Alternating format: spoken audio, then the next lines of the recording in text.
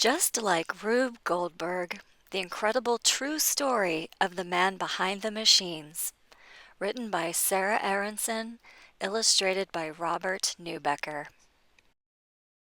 Question: how do you become a successful, award-winning artist and famous inventor without ever inventing anything at all? This is not a trick question.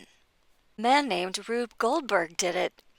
In a funny way, his life was just like one of his famous inventions, an improbable and inefficient chain reaction that ends up making perfect sense. From the time he was a boy, Rube Goldberg loved to draw. We're not just talking about simple stuff here.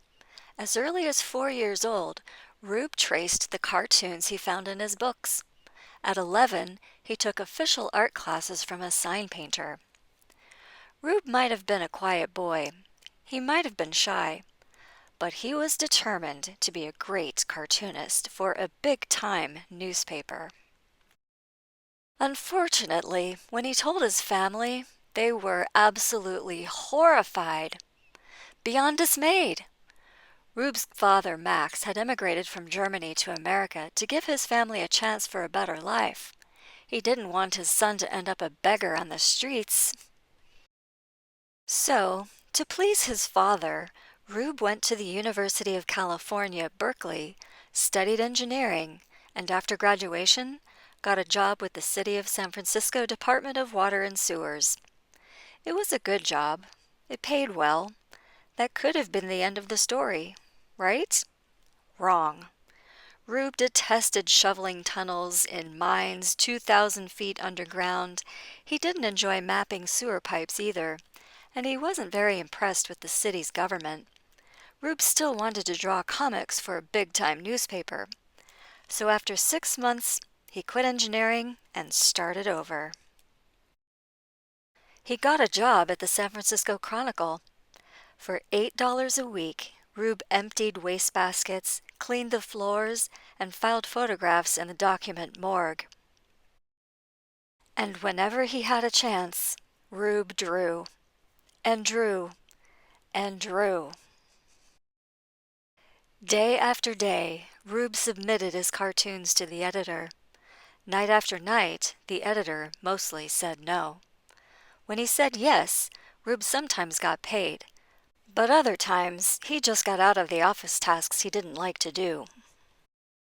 After a year, Rube convinced the sports department of the San Francisco Bulletin to hire him, and after that, he was a little more successful. He developed his style. The paper ran his cartoons, a column too. This might have been the next end of the story, but then the ground shook, literally. The 1906 earthquake in San Francisco crumbled the city and left many people without jobs and homes. In the wake of disaster, it can be hard for people to focus on their dreams. It can be even harder to feel hopeful. But Rube didn't give up on his dream. Instead, he did the only thing he could do. He drew comics to cheer people up. And then he made a big decision. In 1906, there was only one place where a guy like Rube could really make it big. It was the place he called the front row, the cartoon capital of the country, New York City. So he got on a train and headed east. He didn't have much, $200 in a diamond ring. The ring was a gift from his father, just in case Rube needed to sell it to buy a ticket back home. After 12 days of pounding the pavement, lugging his art from newspaper to newspaper, Rube did it. He got a job as a cartoonist at a big-time paper, the New York Evening Mail. He had made it. Right off the bat, Rube became a celebrity. Readers couldn't wait to see what he had to say about all kinds of things, like sports and politics and the silliness of everyday life.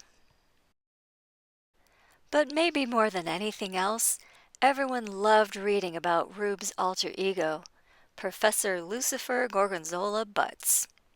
The eccentric professor invented one intricate machine after another, and none of them were straightforward.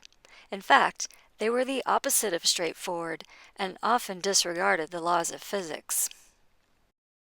Although this was the age when new machines were being invented to make life easier, Rube's screwball contraptions purposefully solved problems in the most surreal and ridiculous ways.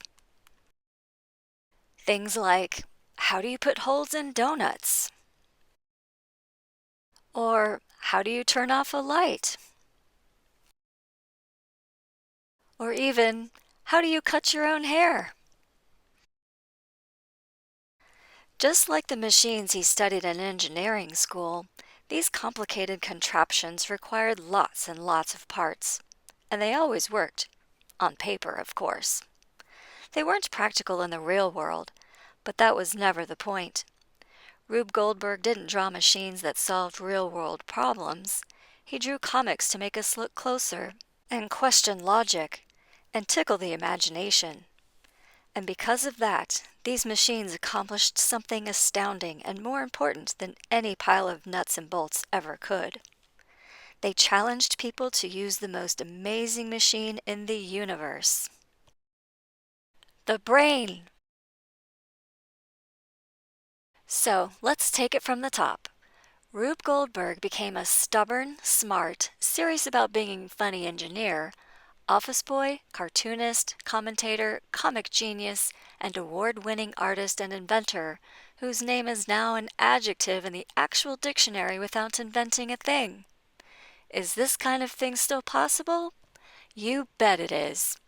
Figure out what you want, work as hard as you can, and most of all, have a great time getting there. Just like Rube Goldberg.